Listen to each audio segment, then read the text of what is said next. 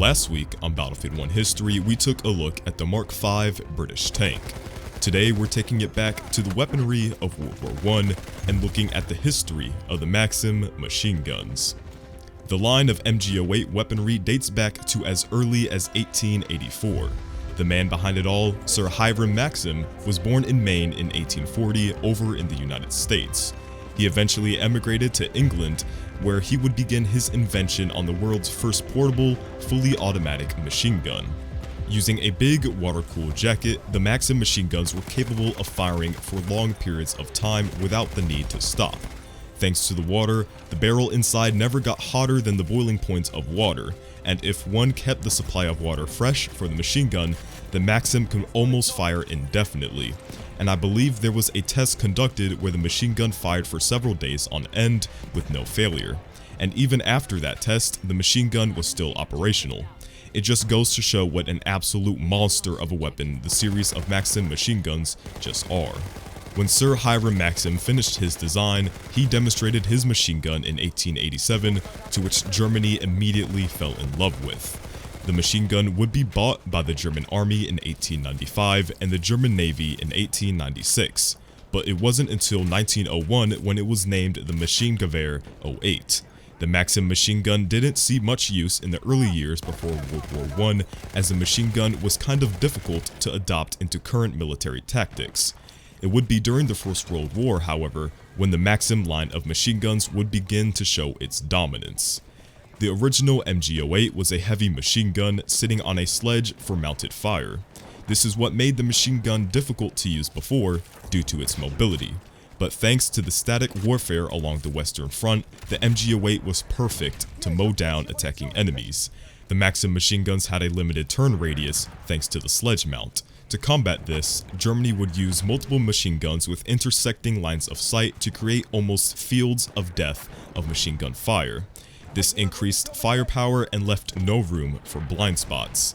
The MG08 fired the same rounds as the standard Gewehr 98 using the 7.92 by 57 Mauser round. Most Maxim machine guns, despite their variation, such as the MG08 15 and 18, fired at 450 rounds per minute. This rate of fire made it safe to not wear down the parts and make the gun unreliable. It was capable of firing to speeds of nearly 700 rounds per minute, but it was impractical, so all models stood with the standard 450 rounds per minute. Within Battlefield 1, the MG08 15 fires at the true rate of fire.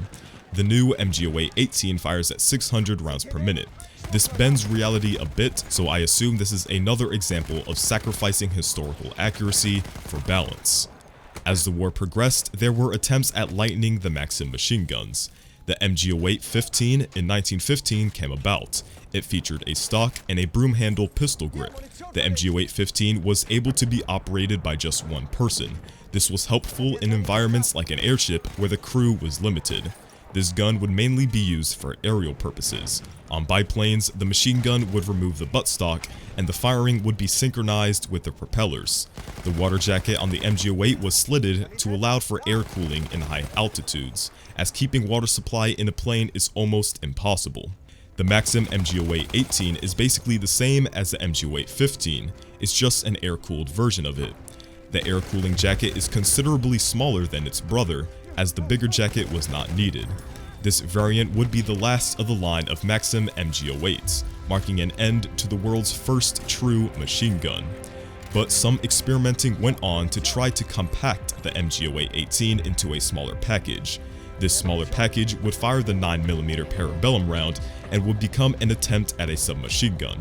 The weapon never left the prototype phase, but within Battlefield 1 we know it as the SMG 0818.